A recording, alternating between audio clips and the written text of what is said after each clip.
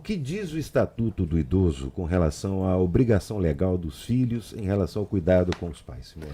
Marcelo, essa matéria, nesse assunto, é extremamente importante. E aí a gente vê essa matéria, essas notícias dessa atriz, né? Igual eu, E aí o que acontece? A gente fica muito sensibilizado com essa história, mas, por outro lado, é de uma grande importância, porque você imagina que através dessa situação extrema, né, e de uma pessoa de notório né, destaque, porque é uma atriz, todo mundo conhece, traz à tona uma discussão tão importante. Então, assim, infelizmente acontece, né, mas que bom que isso trouxe essa discussão tão importante, né, para a gente debater e alertar as pessoas. Isso, exatamente. Existe um paradoxo terrível em relação aos idosos, sabe? Que a gente sempre usa, que é o seguinte: o idoso rico, todo mundo quer. O idoso pobre, ninguém quer. Né? Infelizmente, isso é uma realidade. É uma realidade. E a gente e você pode observar, as famílias brigam quando o idoso tem dinheiro.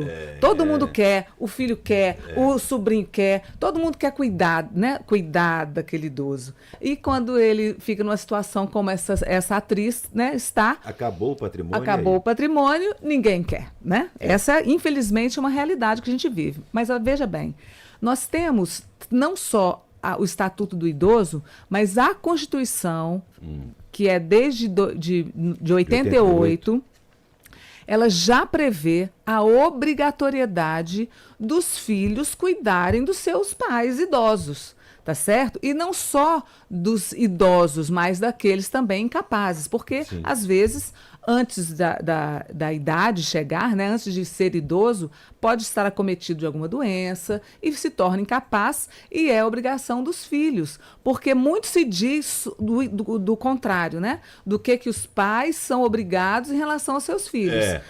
Porque tem que dar pensão, porque tem que dar carinho, cuidado. Sim, isso é uma obrigação legal, mas o inverso também é verdadeiro. A via de mão dupla. Né? É uma via de mão dupla. Então, se o idoso ele tem condição condição que eu digo de capacidade de gerir pessoas e bens, ele está lúcido, ele pessoalmente pode buscar dos filhos um pensionamento, por exemplo, tá certo? Para manter a vida digna. E, às vezes, esse idoso, ele até recebe uma pensão, mas, às vezes, uma pensão ou uma aposentadoria, mas, às vezes, é um valor que não supre as necessidades dele. Então, ele pode buscar a complementação nos filhos. Aí ele tem que procurar justiça. Porque, lamentavelmente, porque deveria ser uma situação natural, né? Se eu tenho 3 filhos, 2 filhos, então eles vão se cotizar dentro da possibilidade de cada um para manter os seus pais. Mas, não tendo essa consciência, né, da obrigação, então a justiça está aí para resolver. O problema é que muitos pais, às vezes, também não querem fazer isso, não, Simone? Ou eu estou enganado? Você está certíssimo, porque como eu já disse aqui em outras vezes, tem as questões que envolvem famílias, relações familiares, elas ultrapassam as questões de direito.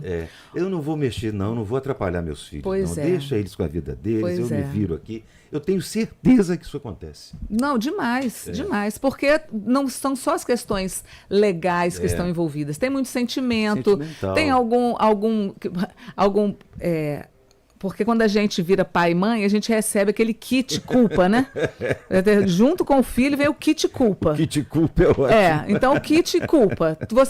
Você se culpa porque você trabalhou e abandonou, você se culpa porque você tinha pouco dinheiro, não pôde, né? Então chega nessa hora, a pessoa, eu vou me redimir de todas as minhas culpas, agora não incomodando o meu filho que está me abandonando.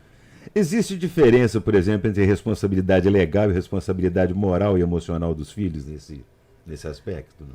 Então, porque, na verdade, a responsabilidade ela é para assessoramento e acompanhamento do pai idoso ou incapaz em todos os aspectos. O aspecto financeiro, o aspecto afetivo, porque o abandono material, ele é crime, o abandono afetivo também pode ser caracterizado como crime. Por que eu estou perguntando? Igual o caso dessa senhora que eu li agora cedo. Coincidentemente, eu li isso hoje, apareceu assim na capa do jornal. O que os filhos podem alegar? Não, a gente está pagando a mensalidade. Pois é, mas onde estão vocês? Mas que nunca 8 anos que sem abandonaram, ver os filhos. Exatamente.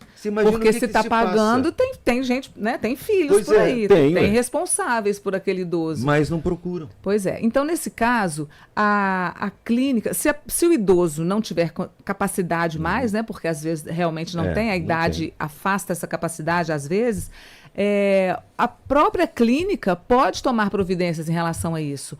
Nós temos hoje as promotorias de justiça especializadas em assistência a idosos, e o Ministério Público ele pode tomar providências quando não tem nenhum familiar que tome providência, e o Ministério Público perceba ou receba uma denúncia de que aquela pessoa esteja sofrendo uma situação de abandono. Quem tem que provocar o Ministério Público esse estabelecimento, são as chamadas ILTs, né? Provar, Instituto de Lar Temporário. Elas é que tem que provocarem. Também pode, mas não somente. Uma pessoa que visita o pai ou a mãe que está naquela clínica, que toma conhecimento daquilo, também pode levar ao conhecimento do Ministério Público. Qualquer pessoa pode denunciar. Então, se você tem um vizinho que está sofrendo algum tipo de maus tratos ou de abandono, você também pode denunciar. Juiz de Fora tem delegacia do idoso, que é uma delegacia especializada. Tem a promotoria do idoso, que também tem um promotor responsável por essas questões relacionadas aos idosos. Então, assim, a gente não pode, Marcelo, saber que isso existe, ver aonde está e não denunciar. Isso aí é muito tão grave quanto o próprio abandono. Você vira conivente. Você vira conivente. Né? Você sabe o que está acontecendo, você vê e simplesmente ignora. É a velha história do caso de briga de marido e mulher, não se mete a colher. Não só se mete a colher, como se mete o garfo, a faca o faqueiro inteiro. Porque não pode deixar que isso aconteça. A faca é melhor não. Simone, só para a gente finalizar, qual a orientação que você daria para quem está passando por isso, por exemplo?